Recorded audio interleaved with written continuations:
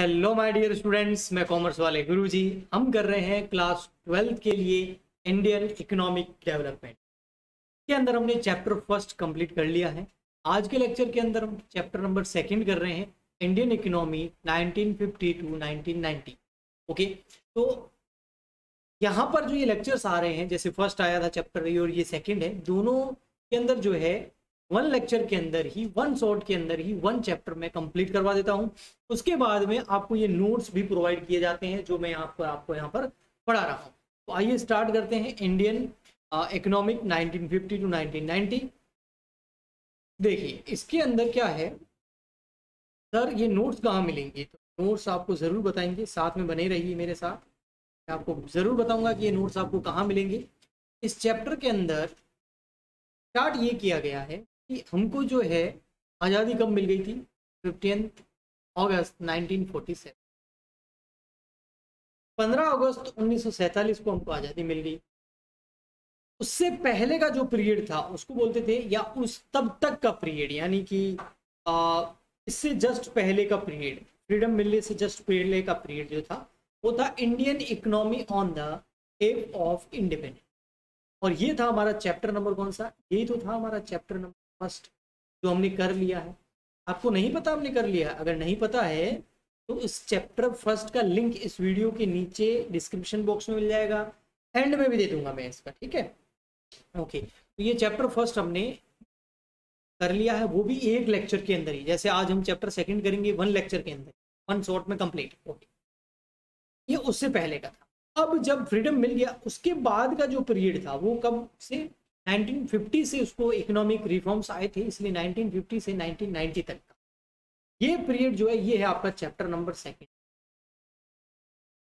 अब यहाँ पर फ्रीडम तो मिल गई थी, लेकिन अगर आपने चैप्टर फर्स्ट का लेक्चर देखा है तो मैंने उसके अंदर बताया था कि इंडिया की वहां पर इकोनॉमिक जो हालत थी वो बहुत ज्यादा खराब थी, अच्छी नहीं थी। इकोनॉमी बहुत ज्यादा लोअर लेवल पे थी, अनएम्प्लॉयमेंट ज़्यादा था, पुअर्टी ज़्यादा हो गई थी, प्रोडक्शन कुछ होता नहीं था, है ना, बहुत ज़्यादा प्रॉब्लम्स थी।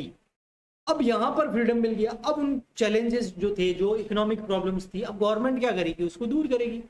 गवर्नमेंट के सामने ये था, एक इम्पोर्टेंट टास्क था, जब हमें फ्रीडम मिल गया उसके बाद गवर्नमेंट के सामने एक इम्पोर्टेंट, मोस्ट इम्पोर्टेंट टास्क था कि वो कौन सा इकोनॉमिक सिस्टम जो है वो सुटेबल रहेगा इंडिया के। तो आप बोलोगे सर इकोनॉमिक सिस्टम क्या होता है। इकोनॉमिक सिस्टम वो सिस्टम होता है जिसके अंदर किसी भी इकोनॉमी की सेंट्रल प्रॉब्लम को दूर किया जाता है। इकोनॉमिक सिस्टम क्या होता है, इकोनॉमिक सिस्टम वो सिस्टम होता है जिसके अंदर किसी भी इकोनॉमी की या किसी भी कंट्री की जो सेंट्रल प्रॉब्लम होती है उसको दूर किया जाता है, यानी कि उस सेंट्रल प्रॉब्लम को सॉल्व किया जाता है। अब सेंट्रल प्रॉब्लम क्या होती है, सेंट्रल प्रॉब्लम होती है तीन, what to produce, how to produce और whom टू प्रोड्यूस।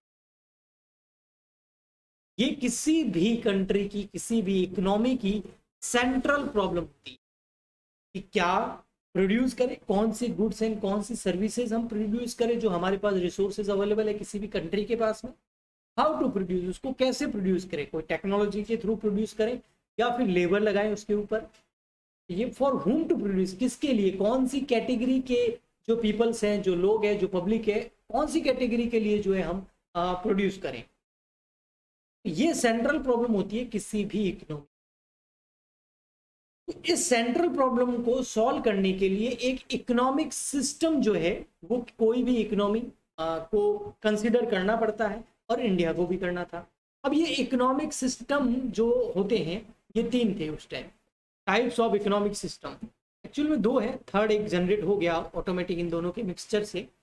तो वो क्या क्या थे, एक तो था कैपिटलिस्ट इकोनॉमी, कैपिटलिस्ट इकोनॉमी, एक होता है सोशलिस्ट इकोनॉमी, एक थर्ड है मिक्स्ड इकोनॉमी। ओके, ये इकोनॉमिक सिस्टम है। इन इकोनॉमिक सिस्टम के अंदर वो सेंट्रल प्रॉब्लम सॉल्व की जाती है। वो सेंट्रल प्रॉब्लम कौन सी, व्हाट टू प्रोड्यूस, क्या चीज प्रोड्यूस करें, हाउ टू प्रोड्यूस, उसको प्रोड्यूस कैसे करें, उसका प्रोडक्शन कैसे करें, और फॉर whom टू प्रोड्यूस, कौन सी कैटेगरी के लिए जो है हम कौन से लोगों के लिए, कौन से पीपल्स के लिए जो है हम प्रोड्यूस करें। तो कैपिटलिस्ट, अब इंडिया को इन तीनों इकोनॉमिक सिस्टम के अंदर कोई एक इकोनॉमिक सिस्टम अपनाना था। तो यहाँ पर सबसे फर्स्ट कैपिटलिस्ट इकोनॉमिक के बारे में स्टडी करें। इसके के अंदर क्या होता है, मेन जो प्रोडक्शन होता है ना वो ऑन किया जाता है, कंट्रोल किया जाता है और ऑपरेट किया जाता है प्राइवेट सेक्टर द्वारा। मतलब वो मेन जो प्रोडक्शन किया जाता है ना वो कौन करता है, ऑन, कंट्रोल एंड ऑपरेट। उसका मालिक, तो कंट्रोल करने वाला और उसको चलाने वाला, वो तीनों के तीनों प्राइवेट सेक्टर होता है एक कैपिटलिस्ट इकोनॉमी के अंदर। सोशलिस्ट इकोनॉमी के अंदर जो प्रोडक्शन है वो पूरा का पूरा ऑन, कंट्रोल एंड ऑपरेट कौन करती है, गवर्नमेंट करती है। और मिक्स इकोनॉमी के अंदर कुछ आप जो इंडस्ट्रीज है जो प्रोडक्शन करती है उसको government operate, control and on करती है, और कुछ होती है जिनको ऑन, कंट्रोल एंड ऑपरेट किया जाता है प्राइवेट सेक्टर के द्वारा। मतलब इन दोनों का, पब्लिक और प्राइवेट यानी गवर्नमेंट एंड प्राइवेट सेक्टर का, दोनों सेक्टर इन्वॉल्व होते हैं मिक्स इकोनॉमी के अंदर। ओके, अब इंडिया कौन सी इकोनॉमी को जो है फॉलो करे, सबसे पहले हम कैपिटलिस्ट इकोनॉमी को समझते हैं, ठीक है, फिर सोशलिस्ट इकोनॉमी को अच्छे से समझते हैं, फिर मिक्स इकोनॉमी को हम समझेंगे और फिर देखेंगे इंडिया ने कौन सा इकोनॉमिक सिस्टम जो है वो एक्सेप्ट कर दिया। तो इकोनॉमिक कैपिटलिस्ट जो इकोनॉमी है, कैपिटलिस्ट इकोनॉमी, कैपिटलिस्ट इकोनॉमी में production our own, control and operated by private sector. Main जो इनका गोल होता है प्राइवेट सेक्टर का वो होता है अर्निंग प्रॉफिट, प्रॉफिट अर्न करना। प्राइवेट सेक्टर अगर आपके पूरी कंट्री में सारे बिजनेसेस ऑपरेट कर रहे हैं, कंट्रोल कर रहे हैं और ओन कर रहे हैं, तो उनका मेन एम क्या होता है, प्राइवेट सेक्टर का आपको पता है, वो सर्विस आपको बढ़िया दे देंगे, लेकिन मेन एम आपका क्या होता है, मेन एम होता है उनका प्रॉफिट अर्न। तो यहाँ पर कैपिटलिस्ट इकोनॉमी के अंदर वो सेंट्रल प्रॉब्लम कैसे दूर की जाती थी, व्हाट टू प्रोड्यूस, क्या चीज बनाएंगे, वो चीज बनाएंगे जो प्रॉफिटेबल हो, क्योंकि प्राइवेट सेक्टर कौन सी चीज बनाएगा जो क्या हो, हाउ टू प्रोड्यूस, कैसे प्रोड्यूस करें, वो तरीका जिससे जो चीपर हो, मतलब सस्ते में चीज बन जाए, तभी तो प्रॉफिट अच्छा होगा, है ना। तो ये अधिकतर वो टेक्नोलॉजी यूज करते थे या वो प्रोडक्शन के तरीके यूज करते थे जिससे कॉस्ट क्या हो, reduce. For whom to produce, basically ये उन लोगों के लिए बनाते थे जिनके पास परचेजिंग पावर है। इनडायरेक्ट कहने का मतलब है जो लोग रिच हैं, जो अच्छा पेमेंट कर सकते हैं, उनके लिए बनाते। और कैपिटलिस्ट इकोनॉमी अगर दुनिया के अंदर बात करें तो यूएसए हो गया, अमेरिका हो गया, एक कैपिटलिस्ट इकोनॉमी। ओके, नेक्स्ट आता है आपका सोशलिस्ट इकोनॉमी। सोशलिस्ट इकोनॉमी के अंदर जो प्रोडक्शन है वो ओन, कंट्रोल एंड ऑपरेट कौन करती है, गवर्नमेंट, जिसकी वजह से यहाँ पर व्हाट टू प्रोड्यूस, क्या चीज बनाई जाएगी, as per need of the society, society को किस चीज की नीड है वह चीज ही यहाँ पर जो है प्रोड्यूस की जाती है। How to produce, government decide how to produce, government खुद डिसाइड करती है। अगर लगता है कि पॉपुलेशन बहुत ज़्यादा है, अनएम्प्लॉयमेंट बहुत ज़्यादा है, तो कैसे करेगी, लेबर इंसेंटिव स्कीम अपनाएगी। मतलब लेबर को ज़्यादा से ज़्यादा बिजनेस, मशीन लगा देंगे, 10 लेबर को हटाना पड़ेगा, क्योंकि एक मशीन आती है तो कितने लोगों की नौकरी जाती है, क्योंकि बहुत सारा मशीन काम खुद ही कर लेती है, तो मशीन्स नहीं लगाएंगे। अगर पब्लिक ज़्यादा है, अनएम्प्लॉयमेंट ज़्यादा है, पॉपुलेशन ज़्यादा है, तो वो लेबर इंसेंटिव स्कीम अपनाएगी कि लोगों को एम्प्लॉयमेंट दो। और अगर ऐसा नहीं है तो फिर आप जो है मशीनरी यूज कर सकते हैं, गवर्नमेंट डिसाइड करती है। फॉर होम टू प्रोड्यूस, किसके लिए बनाए, तो basic need, not on purchasing power, purchasing power नहीं, जो बेसिक नीड्स है ना उसके ऊपर ध्यान दिया जाता है, जैसे फ्री हेल्थ केयर, सबको। सोशलिस्ट में सबको एक जैसा माना जाता है, सबको हर सुविधा मिलनी चाहिए, हर फैसिलिटी मिलनी चाहिए, परचेजिंग पावर को साइड में रख दिया जाता है। ओके, मिक्स इकोनॉमी के अंदर क्या होगा, दोनों मिक्स है, capitalist economy plus mix economy, capitalist economy plus capitalist and socialist economy, इन दोनों का मिक्स जो होता है ना वो आता है मिक्स। यहाँ पर production owned, control and operate by private sector and public sector, मतलब गवर्नमेंट, पब्लिक सेक्टर मतलब गवर्नमेंट सेक्टर, तो गवर्नमेंट सेक्टर और पब्लिक प्राइवेट सेक्टर ये दोनों मिक्स करके इसको चलाते हैं। ओके, यहाँ पर सेंट्रल प्रॉब्लम जो है वो क्या होती है, अब मिक्स इकोनॉमी के अंदर क्या होगा, what to produce, how to produce, for whom to produce, ये कैसे होगा, ये गवर्नमेंट एंड मार्केट दोनों मिलके डिसाइड कर, गवर्नमेंट एंड मार्केट दोनों मिलकर के डिसाइड करते हैं। ओके, गवर्नमेंट डिसाइड करती है कि यार वो चीजें बनाओ, तो गवर्नमेंट कंपनी वो चीजें बनाती है जिससे बेसिक नीड्स पूरी हो जाए, सबको इलेक्ट्रिसिटी मिल जाए, सबको जो है ट्रीटमेंट मिल जाए, गवर्नमेंट हॉस्पिटल देखे होंगे, सबको एजुकेशन मिल जाए, है ना, तो उसमें सबको मिल रहा है, तो वो हो गया आपका गवर्नमेंट का है। और प्राइवेट सेक्टर में आप प्राइवेट सेक्टर भी देखते होंगे, बहुत सारी चीज़ें हैं प्राइवेट सेक्टर, तो वो परचेजिंग जिनके पास ज़्यादा है उनके लिए बनाई जाती है, मिक्स्ड एकदम। ओके, अब इंडिया ने कौन सी अडॉप्ट करी? India adopt mixed economy. India ने मिक्स्ड इकोनॉमी जो है वो अडॉप्ट करी। क्यों मिक्स्ड इकोनॉमी इंडिया ने अडॉप्ट कर ली भाई? मिक्स क्यों करी? इंडिया ने मिक्स इकोनॉमी इसलिए अडॉप्ट करी क्योंकि हमारे उस टाइम जो प्राइम मिनिस्टर थे नेहरू जी, पंडित जवाहरलाल नेहरू, उनको समझ नहीं आ रहा था कि प्राइवेट कैपिटलिस्ट इकोनॉमी एक्सेप्ट करें, अडॉप्ट करें या फिर सोशलिस्ट। वो कंफ्यूज थे, तो उन्होंने मिक्स अपना ली। कुछ डिपार्टमेंट, कुछ इंडस्ट्री गवर्नमेंट अपने हाथ में रखेगी ताकि बेसिक नीड्स पूरी हो जाए, और कुछ प्राइवेट सेक्टर को देगी ताकि इकोनॉमी बढ़े, ग्रोथ हो सके इंडिया। ओके, इसके लिए इन्होंने क्या किया? इकोनॉमिक प्लानिंग करी। ओके, अब ये तो हो गया कि कौन सा स्ट्रक्चर अपना रहे, मिक्स अपना रहे, इस हिसाब से उन्होंने इकोनॉमी की प्लानिंग करी, प्लान ऑफ इकोनॉमी। अब आगे क्या करना है, फ्रीडम तो मिल गई, अब कंट्री की इकोनॉमी कैसे आगे बढ़ेगी? तो उन्होंने उस टाइम क्या किया, इंडिया ने Indian government setup planning commission. Indian government ने क्या सेटअप किया? Planning commission. Planning commission set. इस प्लानिंग कमीशन के चेयरमैन जो थे वो प्राइम मिनिस्टर थे उस टाइम। कौन थे? पंडित जवाहरलाल नेहरू। तो वे उस टाइम क्या थे? चेयरमैन थे उस प्लानिंग कमीशन। और ये प्लानिंग कमीशन कब सेट किया गया था? 1950 में, 1950 के अंदर ये कमीशन सेट किया गया, प्लानिंग कमीशन जो है सेट किया गया। ओके, अब यहाँ पर जो स्टार्ट होता है मामला वो कि भाई प्लानिंग कमीशन सेट कर दिया गया गवर्नमेंट द्वारा, उसके चेयरमैन प्राइम मिनिस्टर को बना दिया गया। कब सेट किया? 1950 के अंदर। अब इस प्लानिंग कमीशन के अंदर ये डिसाइड किया कि प्लान बनाए जाए 5 ईयर के, प्लान बनाए जाए। Planning commission fix the planning period of 5 year, मतलब 5 ईयर का एक प्लान बनाएंगे, उसको इम्प्लीमेंट करेंगे, फिर एक और 5 ईयर का प्लान बनाएंगे, उसको इम्प्लीमेंट करेंगे। ऐसे 5 ईयर के जो है प्लान्स बनाए गए। ओके, इस प्लानिंग कमीशन के हिसाब से गोल क्या रखा गया इन प्लान?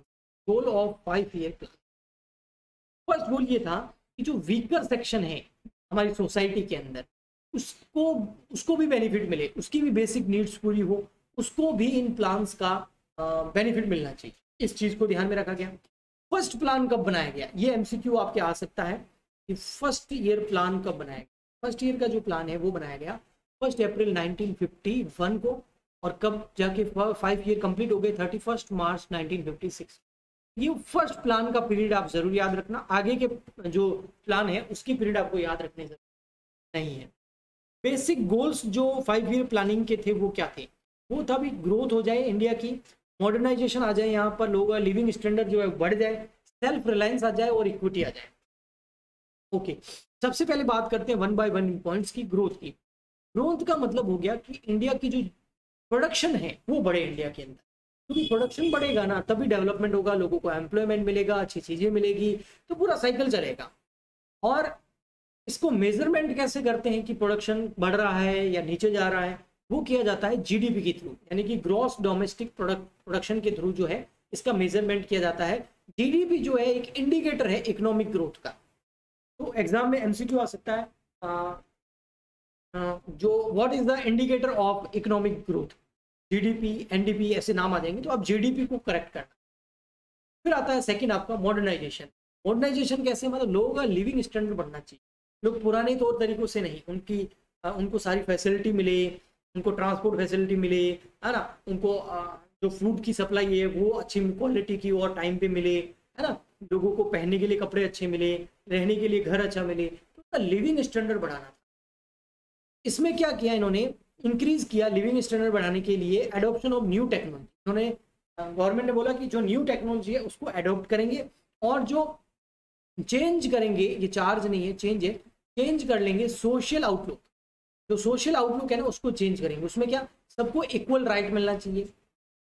जो जेंडर जो है ना, जेंडर एम्पावरमेंट करना चाहिए, क्योंकि हमारे यहाँ पर भाई जैसे लेडीज वगैरह जो है ना, फीमेल्स को वगैरह को जो है पहले जॉब वॉब पे नहीं भेजा जाता था, एजुकेशन नहीं कराई जाती थी उनकी। आज के टाइम में आपको लग रहा होगा ये ऐसा नहीं होता होगा, लेकिन पहले ऐसा होता था। तो जेंडर एम्पावरमेंट को बढ़ाना था, है ना। तो ये इन्होंने मॉडर्नाइजेशन लाने के लिए काम किए 5 ईयर के जो प्लान्स थे उसके अंदर। फिर था सेल्फ रिलायंस। सेल्फ रिलायंस का मतलब होता है कि हमारी जो इंडियन इकोनॉमी है वो किसी और पे डिपेंड नहीं रहे, किसी अदर कंट्री पे ऊपर डिपेंड नहीं रहनी चाहिए। वैसे हम अधिकतर अदर कंट्री के ऊपर डिपेंड थे, जैसा कि चैप्टर फर्स्ट के अंदर हमने पढ़ा था। अगर आपने वो चैप्टर नहीं देखा है तो वो जरूर देखना। हमने देखा था ना कि हम ज़्यादा से ज़्यादा जो है एक्सपोर्ट बाहर से ही करते थे, फुली डिपेंड थे अदर कंट्री के ऊपर। और फूड के मामले में हम पूरा डिपेंड थे अमेरिका के ऊपर, है ना, यूएसए है ना, United nation of America.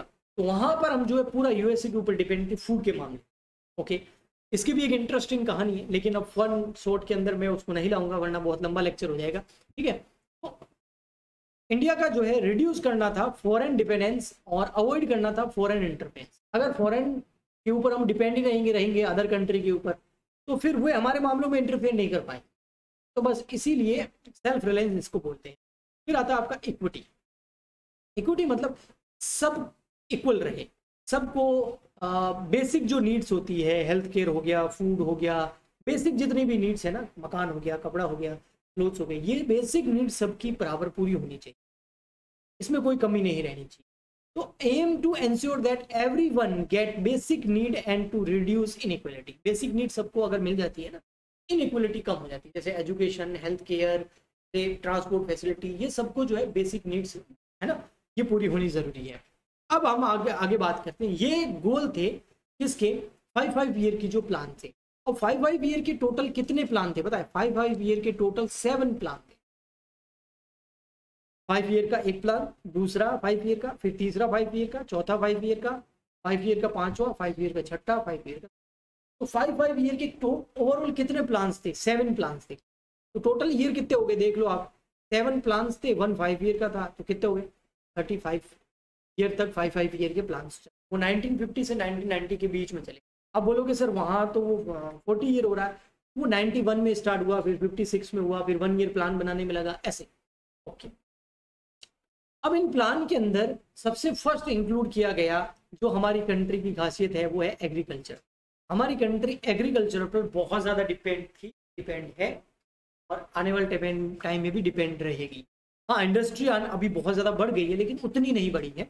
Agricultural sector हमारा बहुत बड़ा है, हम पूरी दुनिया को जो है ना सप्लाई कर सकते हैं फूड। ओके, तो एग्रीकल्चरल में हम आगे हैं। बस एग्रीकल्चरल प्रोडक्ट की क्वालिटी जो है उसकी अभी थोड़ी सी बैंड बज रही है। प्रॉब्लम्स ऑफ एग्रीकल्चर 1950 टू 1990 के बीच में क्या क्या जो हमें इनोवेशन किए वो क्यों किए और प्रॉब्लम्स क्या थी एग्रीकल्चरल एक्टिविटी के अंदर। वैसे फर्स्ट चैप्टर में हमने इसके ऊपर बड़ा डिस्कस किया था लेकिन फिर भी बात कर लेते हैं। लो प्रोडक्टिविटी थी। लो प्रोडक्टिविटी मतलब क्यों थी? कि बहुत सारी वजह है लेकिन फर्स्ट वजह थी लैक ऑफ नॉलेज।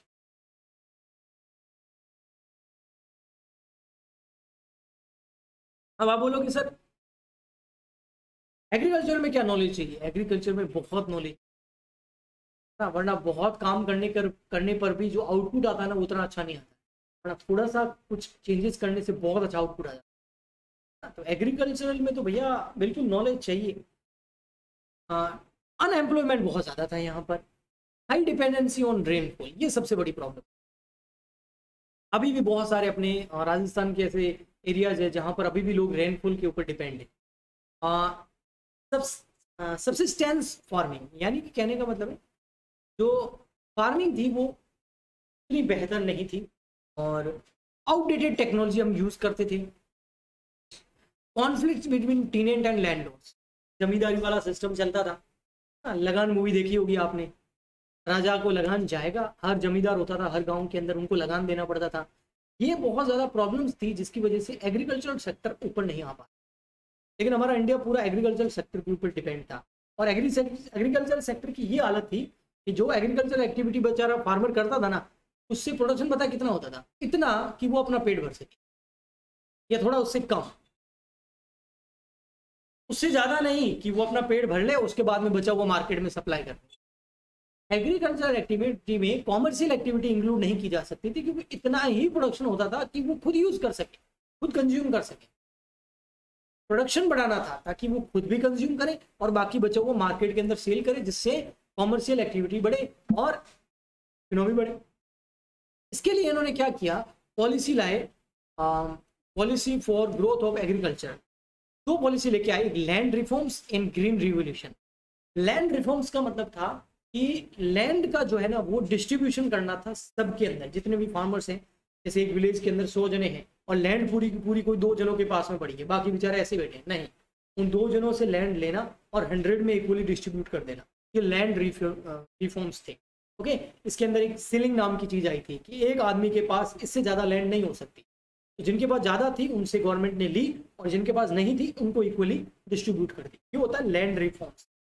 और ग्रीन रिवोल्यूशन के अंदर जो है ऐसी न्यू टेक्नोलॉजी या न्यू सीड्स यूज करना, HYV सीड्स यूज करना, जिससे प्रोडक्शन बढ़े, प्रोडक्टिविटी बढ़े। ओके, लैंड रिफॉर्म्स के बारे में मैंने जैसे आपको बताया कि land reforms primary refer to charge ownership of land holding, abolition of intermediators को हटाना, give incentive and actual tillers to make improvement, direct जो भी इंसेंटिव है वो सीधा फार्मर तक जाना। लैंड सीलिंग का मतलब है किसी के पास में एक फिक्स स्पेसिफिक लिमिट जो डिसाइड कर दी, उससे ज़्यादा लैंड नहीं होनी चाहिए, अगर है तो उससे लेके उनमें देना जिनके पास नहीं है। ओके, ग्रीन रिवोल्यूशन जो है वो न्यू एग्रीकल्चरल स्ट्रेटेजी थी और ये ग्रीन रिवोल्यूशन बहुत ज़्यादा हमारे लिए जो है बेहतर रही, इससे हमें बहुत बेनिफिट हुआ, एग्रीकल्चर सेक्टर पूरा उठ के ऊपर आ गया। तो ये बहुत इंपॉर्टेंट रहा इस 5 ईयर के प्लान्स के। इसके अंदर जो ग्रीन रिवोल्यूशन लाया गया बेटा, ये 3rd प्लान के अंदर लाया गया 1960 के बाद में। इसके अंदर इंट्रोडक्शन किया गया मॉडर्न इनपुट्स को, मतलब न्यू टेक्नोलॉजी लेके आए। न्यू टेक्नोलॉजी के अंदर क्या क्या था, एक तो था फर्टिलाइजर्स, यानी कि एक तरह से कह सकते हैं आप सिंचाई जो होती है उसकी सुविधा।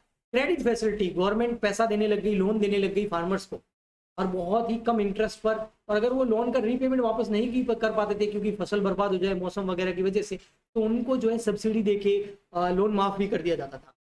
मार्केटिंग फैसिलिटी देना उनको, ताकि उनका खुद का पेट भर जाए, उसके बाद बचा हुआ अनाज जो है मार्केट तक जाए, मंडी तक पहुंच जाए।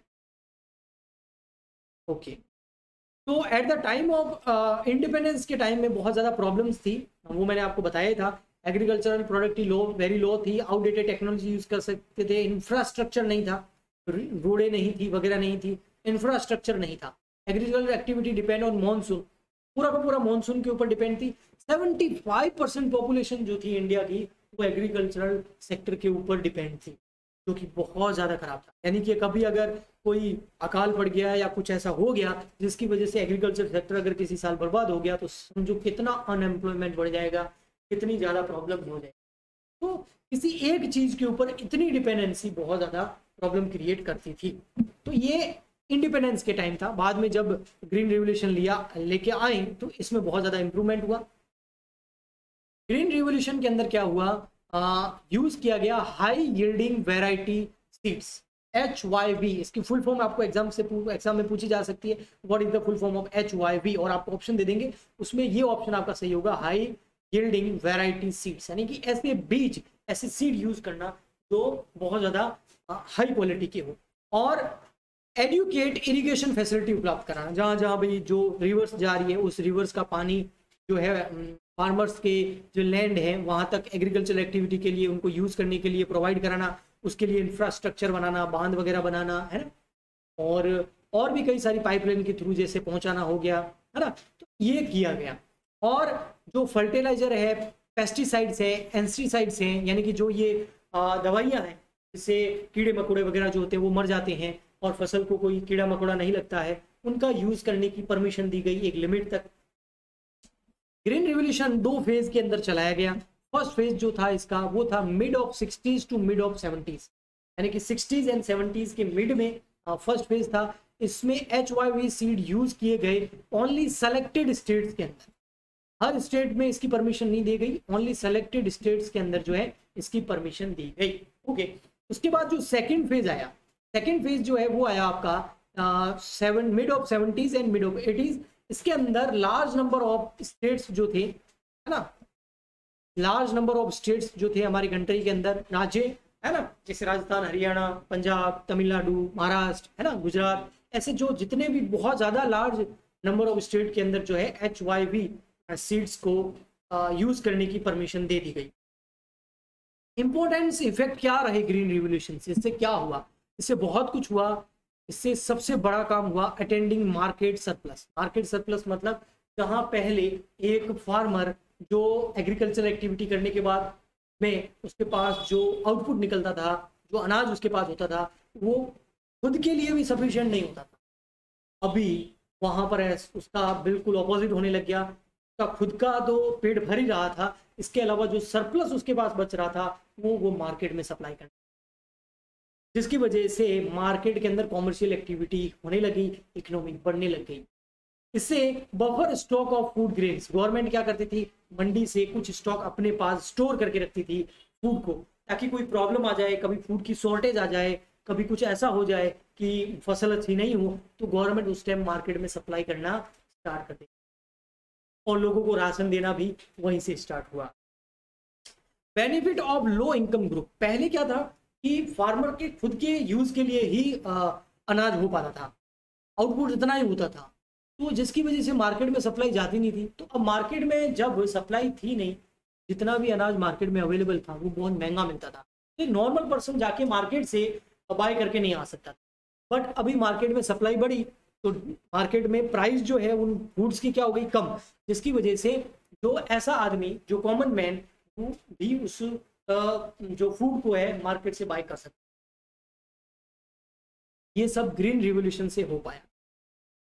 अच्छा, इसके कुछ प्रॉब्लम्स भी हुई इससे, है ना, कुछ प्रॉब्लम्स भी हुई, इसके कुछ डिसएडवांटेजेस भी रहे। वो डिसएडवांटेजेस क्या रहे, इस जब हमने ग्रीन रिवोल्यूशन लेके आए, HYV सीड्स को यूज किया, तो उसका एक रहा risk of paste attack. Paste attack का मतलब होता है, पेस्ट अटैक का मतलब होता है जो आप बोल सकते हैं जो कीटाणु वगैरह होते हैं जो फसलों को नष्ट कर देते हैं, है ना, उन्होंने अटैक करना स्टार्ट कर दिया HYV सीड्स यूज करने की वजह से। और दूसरा था risk of increase in income inequalities. Income equality inequalities का मतलब है ये HYV सीड्स जो थे ये हर किसी के लिए अवेलेबल नहीं थे। जो बड़े फार्मर्स थे, जो पैसे वाले थे, वो तो इसको अफोर्ड कर लेते थे, लेकिन जो एक पुअर फार्मर है जिसके पास लैंड तो है लेकिन वो सीड बाय नहीं कर सकता, उसके पास पैसा नहीं था, तो ये दो प्रॉब्लम निकल के आई। अब कुछ काम करेंगे तो प्रॉब्लम्स तो आएगी।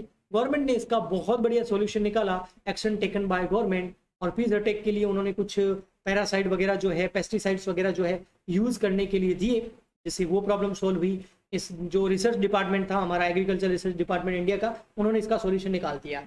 और जो इनइक्वलिटी थी HYV सीड्स यूज करने के बारे में, तो उसके लिए गवर्नमेंट ने क्या किया, जो भी पुअर फार्मर्स थे उनको सब्सिडी देनी स्टार्ट कर दी, उन तक अवेलेबिलिटी करवा दी। और क्योंकि गवर्नमेंट को रिजल्ट मिला ना, तो गवर्नमेंट ने इसका ऊपर पूरा अच्छे से काम किया। ओके, तो यहाँ पर मैंने बोला कि पुअर फार्मर्स को गवर्नमेंट ने सब्सिडी देनी स्टार्ट कर दी। सब्सिडी अगला ही हमारा टॉपिक है, debate over subsidies to agriculture. जब एग्रीकल्चर एक्टिविटीज के अंदर सब्सिडी देने जाने लगी, गवर्नमेंट इंसेंटिव्स दिए जाने लगे, फार्मर्स का लोन माफ किया जाने लग गया, इन सब्सिडीज का जो है मीन यहाँ पढ़ लो, देखो फिर आगे बढ़ते हैं।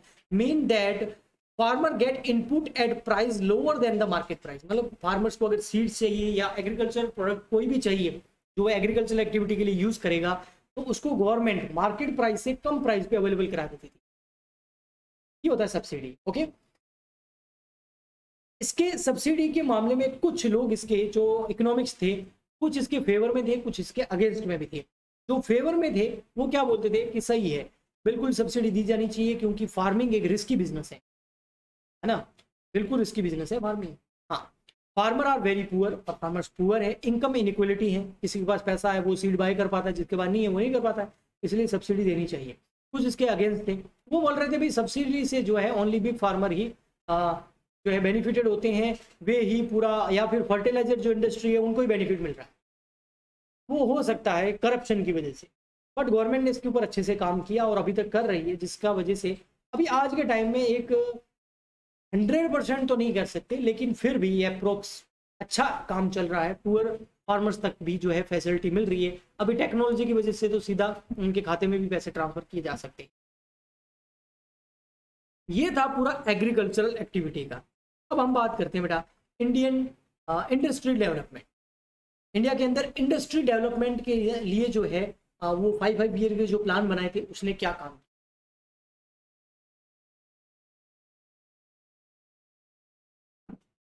सॉरी,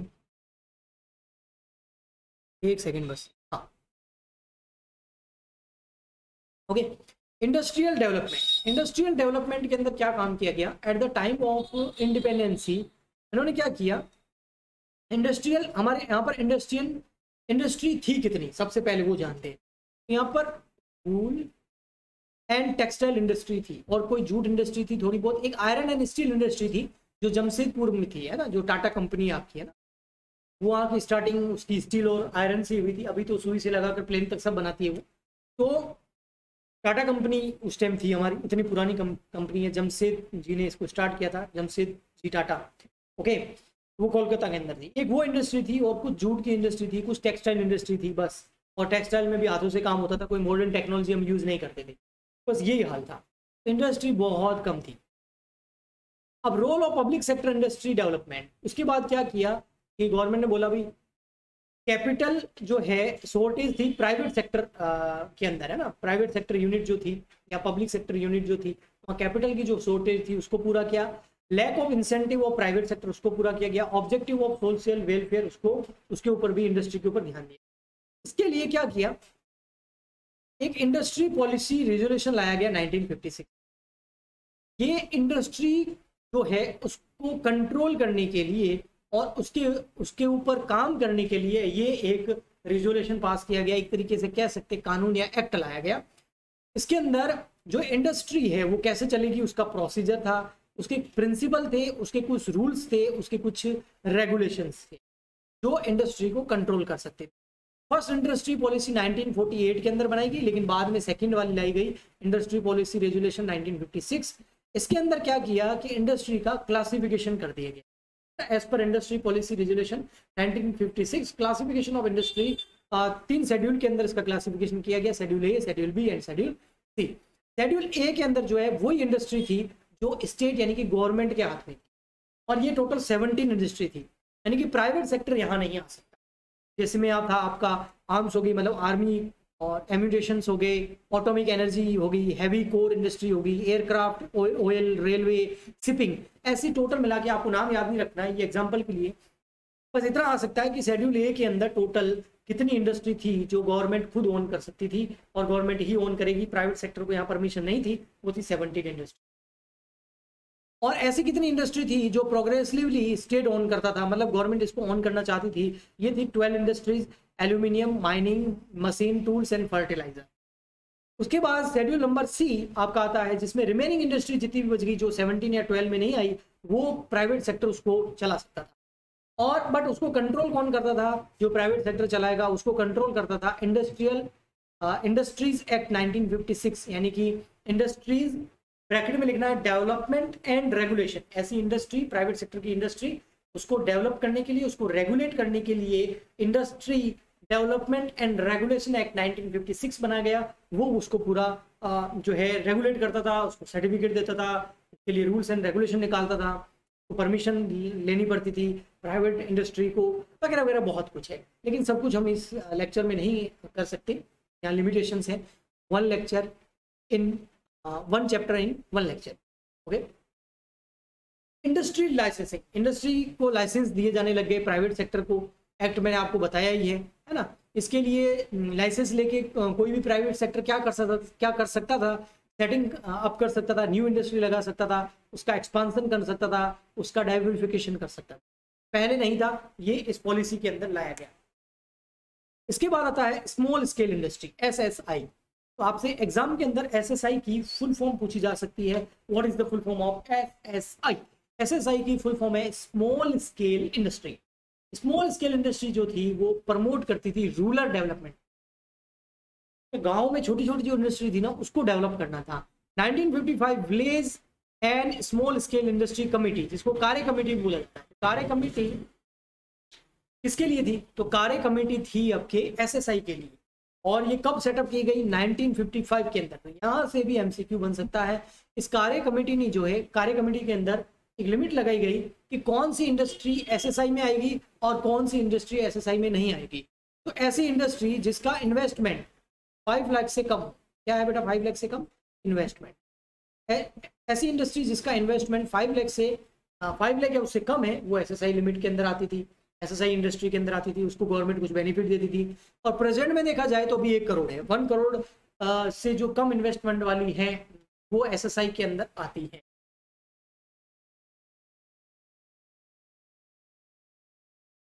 ओके, एसएसआई से हुआ क्या, एसएसआई को जब सपोर्ट किया गया, उसको डेवलप करने की कोशिश की गई, तो उससे एम्प्लॉयमेंट जनरेशन हुआ। क्या हुआ? Employment generation. और जो बिग फर्म है उससे प्रोटेक्शन जरूरी था, क्योंकि बिग फर्म वरना वो मोनोपोली हो सकती है ना, उससे प्रोटेक्शन के लिए एसएसआई जरूरी थी। लास्ट टॉपिक आता है आपका इस चैप्टर का, वो है foreign trade. Okay, foreign trade के अंदर क्या था? Import and export. Foreign trade के अंदर क्या था? Import and. In 1950, India's share in the total world trade was 1.78%। Total दुनिया के अंदर हमारा जो वर्ल्ड वाइज जो बिजनेस था वो 1.78% था पूरी दुनिया, बहुत कम था। तो इंपोर्ट और एक्सपोर्ट बहुत कम था, क्योंकि पहले इतने लूट चुके थे ना हम इंपोर्ट और एक्सपोर्ट के चक्कर में फ्रीडम से पहले। अब वो थोड़ा डर चुकी थी गवर्नमेंट। इंपोर्ट और एक्सपोर्ट को बढ़ाने के लिए फॉरेन ट्रेड पॉलिसी लाई गई। ये ट्रेड पॉलिसी का मेन जो मोटिव था वो था इंपोर्ट सब्स्टिट्यूशन। क्योंकि इंडिया क्या करता, इंपोर्ट बहुत ज्यादा पहले भी करता था, अभी भी करता है अनफॉर्चुनेटली, लेकिन पुरानी बात कर लेते हैं, अभी को छोड़ो। तो इंपोर्ट बहुत ज्यादा करते थे और एक्सपोर्ट कम करते थे।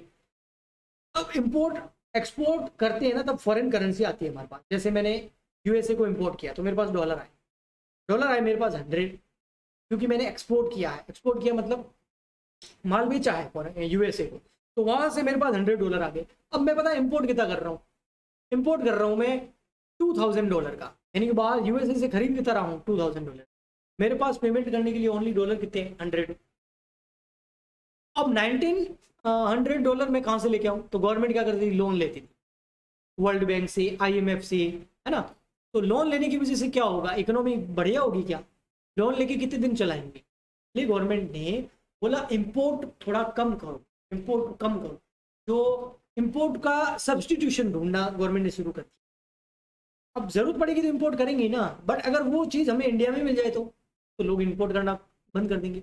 बट इंडिया में चीज़ें तो अवेलेबल थी इंपोर्ट करने के लिए, जो हम इंपोर्ट करते थे ना वैसी चीज़ें इंडिया में अवेलेबल थी, लेकिन उनकी क्वालिटी और उनकी प्राइस बहुत ज़्यादा हाई थी फॉरेन जो कंपनीज थी उनकी प्रोडक्ट के कंपेरिजन।